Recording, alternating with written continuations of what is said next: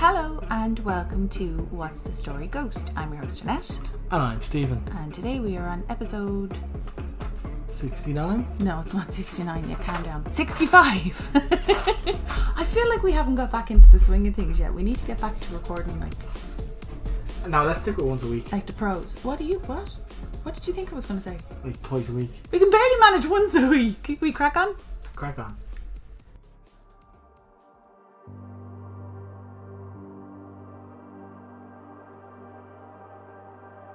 You will seldom find someone in Ireland who won't know where the Hellfire Club is. But I'm always shocked to hear of friends who have been to the Hellfire Club but haven't visited Massey's estate. From the car park, the Hellfire Club is up the hill and Massey's is down the hill. They're super close to each other. It is a fabulous location for walking or hiking. The forest offers a vast ecological resource of flora, wildlife and tree species. Did I rob that from the website? Yes, I did. But every time Steven and I go there, I nearly miss all of the tall trees with their variety of different colours.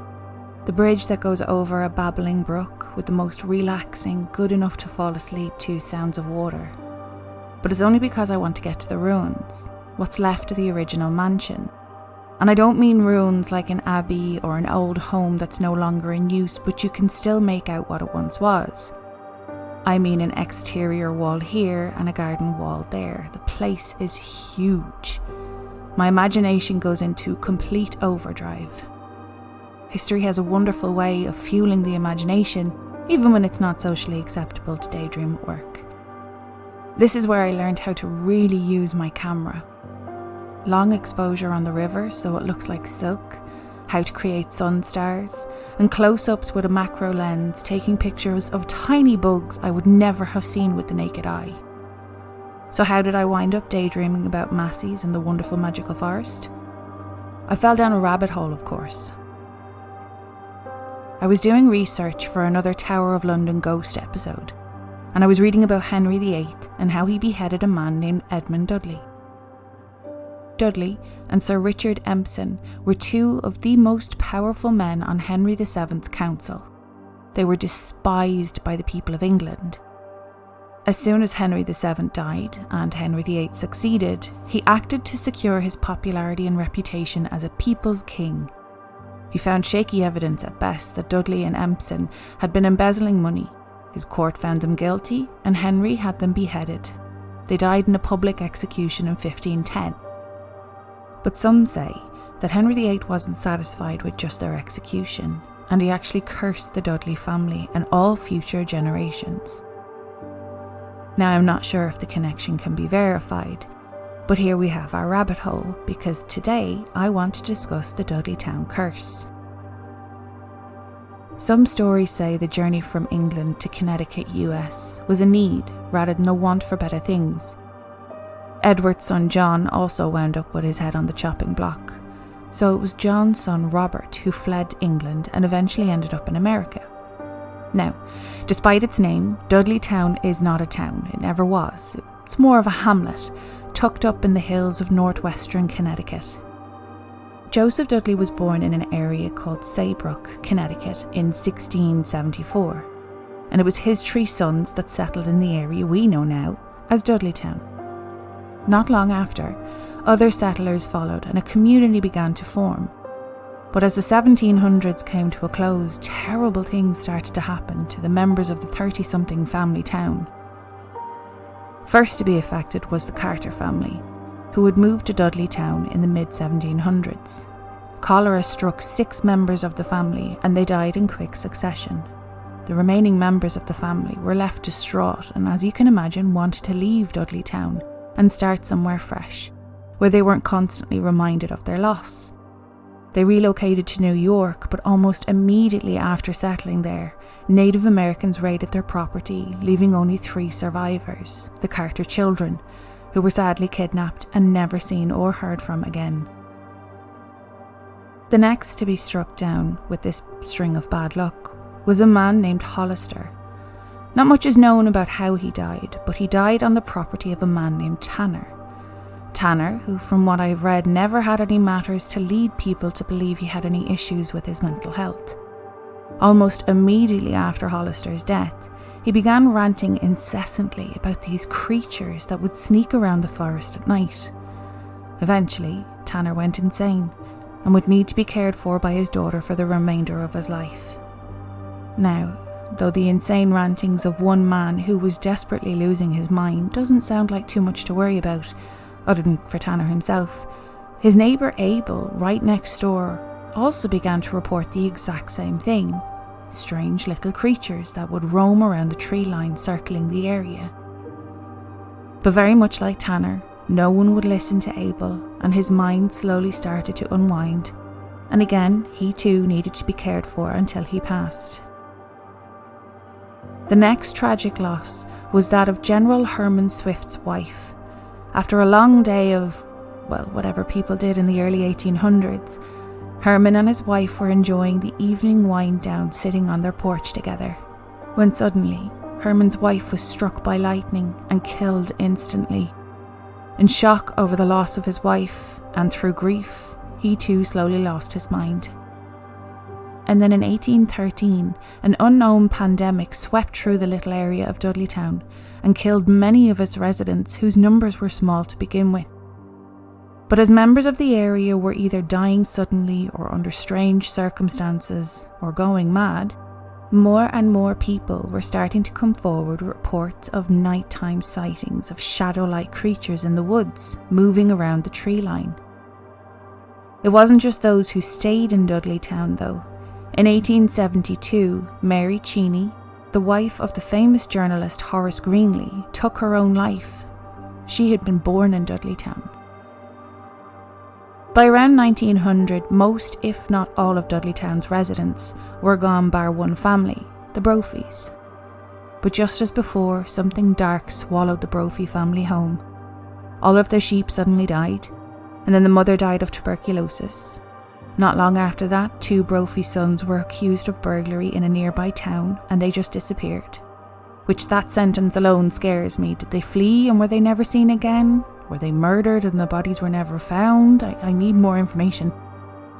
And then sadly, either by accident or deliberately in grief, the Brophy house, now empty bar Mr. Brophy, went up in flames, and it said that Mr. Brophy just walked into the forest, never to be seen again.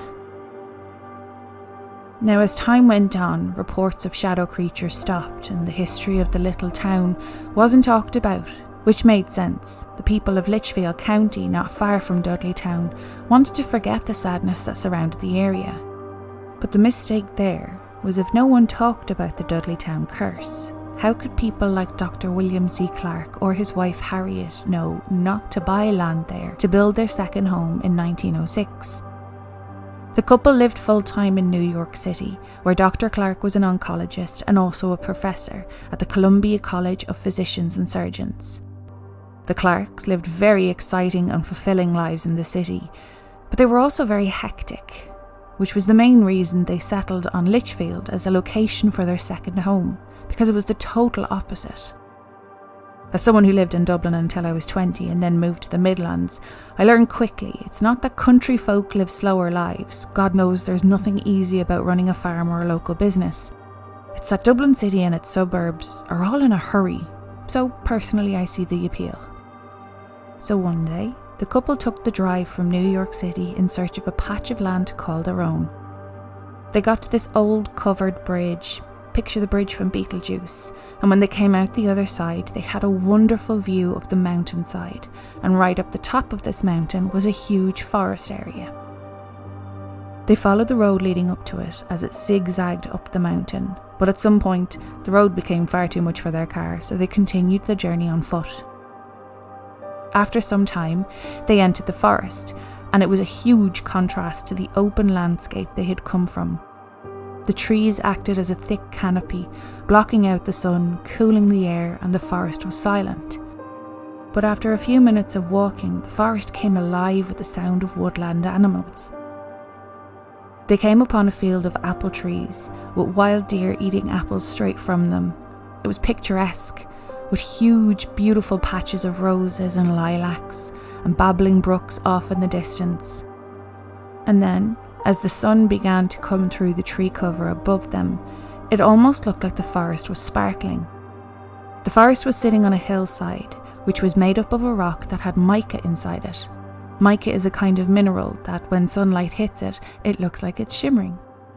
Before they decided to make their way back to their car, the couple saw many a splendid sight of birds and bees and plants and trees that solidified their decision. This is where they wanted to build their second home. But not for love nor money could they get a builder to take on the job. They just assumed that maybe being only one house, it was too small a job for a builder to take on, plus it wasn't the easiest of sites to get to. But none of them told them much more than was necessary to decline the job. It never dawned on the Clarks that it might be something supernatural, paranormal or curse-like. The fact that the forest was called Dark Entry Forest didn't seem to faze them either. Dr. Clark decided he would build the house himself. After all, he had grown up on a farm and he knew how to build things. Over the next few months, he would travel from New York City to Dark Entry Forest every weekend, and he would build his home piece by piece from the forest. He used the lumber from the massive realm of hemlock trees he cut down to build his rustic 2-story cabin. On the nearby hilltop, there was a freshwater spring, so he laid piping from the spring into the cabin so they'd have fresh water. And then he built a swimming pool right up against a brook so they could sit and watch the fish swim by. Thanksgiving of that year, the cabin was finally done, and so Dr. Clark and his wife Harriet stayed to celebrate the holiday. As they were sitting in their swimming pool, watching the trout and listening to the owls hoot off in the distance, they both agreed to spend every summer there from there on out, as well as every major holiday they could manage. They would swim and hike and relax, and they'd watch the seasons change on the mountainside's trees, and it was perfect. That is until 1918. The summer of that year, the Clarks were in their slice of paradise when Dr. Clark was suddenly called back on a medical emergency to New York. Though Harriet loved their second home, she wasn't keen on the idea of being so alone. Not just by herself in the cabin, they owned 1,000 acres of land, so she would be alone. But she dropped her husband to the train station and he assured her that he would be back as soon as possible. The train pulled out of the station, and that was it. She was alone. Now, Dr. Clark was only gone approximately 36 hours. There's very little that can go wrong in a day and a half, right? Wrong. Dr. Clark arrived to the train station to his wife not waiting for him on the platform. Now, normally he was a rational thinking, straight-shooting man, but something about this situation didn't sit right with him. Mrs. Clark didn't want him to go, so the fact that she wasn't there waiting for him felt off. Luckily, the station wasn't far from Dark Entry Forest, so on foot, Dr. Clark made his way back to his cabin, expecting to find his wife there having lost track of time or having had some car trouble. He got to the overgrown path that led to their house. As soon as he was under the canopy of trees, he began hearing the owls hooting very loudly off in the distance. Normally the sound of these owls made him feel welcome, but this time he felt scared. He had a pit in his stomach that was gradually getting worse, so he began jogging through the forest. It was pitch black, and all he could hear was the sound of the owls. It was getting louder, and then finally he reached the clearing where his property was. At this point, there was a plethora of owls hooting practically all around him. He looked up towards his house, up on the hill, and he saw that the front door was ajar. Now, with his heart racing and his mind thinking of all the worst case scenarios, Dr. Clark ran up to the front porch. He got to the door and flung it open the rest of the way, and then right before he stepped into the house, a sudden high-pitched noise began up on the second floor. It was so startling to Dr. Clark that he just froze in place. Altogether then it was so loud, from the owls all around him, in the woods behind him, and whatever this noise was, that he just stood there unsure of what to do. So he gets up the courage to go inside and investigate. On walking inside, he can hear that the high-pitched noise was the sound of maniacal, insane laughter coming from the second floor. He realises his wife could be in danger, so he charged up the stairs to the second floor. From here he could make out the high-pitched laughter was coming from the master bedroom. He ran down the short hallway to the closed door and opened it ever so slowly. And there, in the back corner of his room, was his wife. She was on the ground, rolled up in a ball facing the door. Her hands were clenched into fists, her eyes were open and unblinking, and her mouth was open, wider than was humanly possible. And as he's staring at his wife, wondering what's going on, he realises this insane high-pitched laughter is coming from her. But it didn't make sense. It doesn't even look like it was coming from her. Her chest was just heaving, her mouth was staying open, and the laughter was just coming out of her. Dr. Clark just stood there watching his wife, who was staring directly into his eyes, and finally, he just got so scared he turned and ran. During the 36 hours he was away in New York, something happened. Something happened to his wife, but we don't know what. The only thing we do know is it caused her to lose her mind, and the only thing she would ever talk about were the strange creatures she saw in the forest. By some accounts, Harriet spent the rest of her life in a mental asylum. By other accounts, she went back to New York with Dr. Clark, where she took her own life. Today, all that remains of Dudleytown are crumbling stone walls, cellar holes, and a few foundations, hence reminding me of Massey's and its remaining ruins surrounded by my favourite forest. But Dudleytown is hidden in the deep, dark woods, and it is illegal for you to go there. However, people still sneak into Dudleytown for a walk around the ruins, and many of them have reported feeling pockets of cold air where there shouldn't be cold air. Some have said they've taken photographs inside of Dark Entry Forest near Dudleytown, and they've captured strange, shadowy figures that they swear weren't there when the photo was taken. The famous paranormal couple Ed and Lorraine Warren shot a special series in the 1970s inside Dark Entry Forest, and they declared the area around Dudleytown was demonically possessed.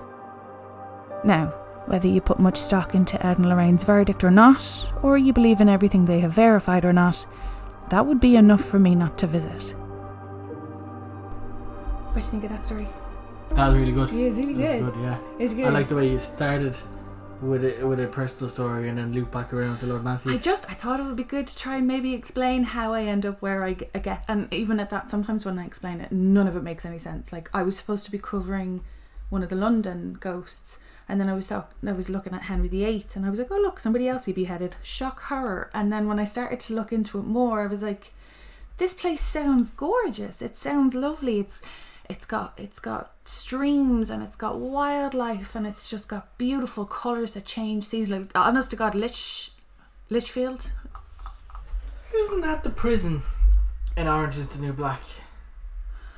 I don't know. Isn't that the prison? I don't in know. the Orange is the New Black. I'm saying it again because I'm closer to the mic. Maybe that's why I got it wrong. I'm sure it was called Litchfield.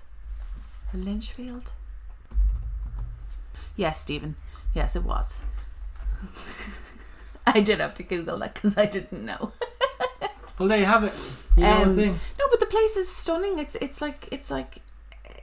just rolling hills and beautiful landscape. So when I was reading about this thing, I was like, oh, ruins. Oh, that sounds a lot like... Now, in fairness, I think Massey's still has... It's not functioning, but it still has the bare bones of... I think you told me it was like a fridge back in the day.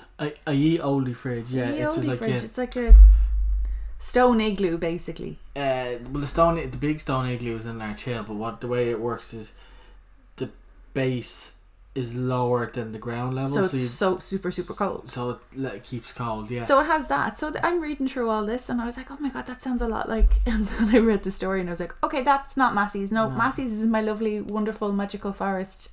I should mention I took, and I'll link it in the description, I took a lot of that story from Mr. Bolin. I don't know if I've told you about him. He's the guy who tells macabre, or, you know, sometimes he does true crime, sometimes he does paranormal. He tells so many good stories, but I couldn't find a good format for the story, so I took a lot of it from there and I kind of Irished it up. Good. Is that a proper phrase? Yeah, I poured whiskey all over the story. But I just thought I'd cover the story because I just thought it was so wackadoodle. Don't get me wrong, 1700s, 1800s, you've got outbreaks of cholera, you've got outbreaks of pandemics, you've got tons of things that could go wrong. Apparently the land itself wasn't great for vegetation, so they had to outsource everything from different towns. Disease is rampant with livestock, so all the sheep died. There is rational reasons for all of these things happening. Why is it illegal to go there? Because it's private property. Oh yeah. They bought it all, and I Who's think they? they're Restoration Society or Historical Society. Oh, okay. But they bought it, and it's like a $75 fine and potential prison. I was like, that's weird. The fine doesn't necessarily match the prison thing, so it could just be like a couple of days. $75 fine That's not that or bad. 3 years in prison. But but it could be I'll like take the 3 prison. nights in prison or something or whatever, I don't know. But like for 75 quid you'd pay that for a guided tour. So if you really wanted to go in and get a couple of pictures, you could. But I think it's kind of sad though, because Lichfield are trying to steer away from the whole paranormal thing, because they want that area to be, they want to redeem the acres back basically, because it's 1,000 acres. Well, no, they owned 1,000 acres. I don't know if the forest is 1,000 acres.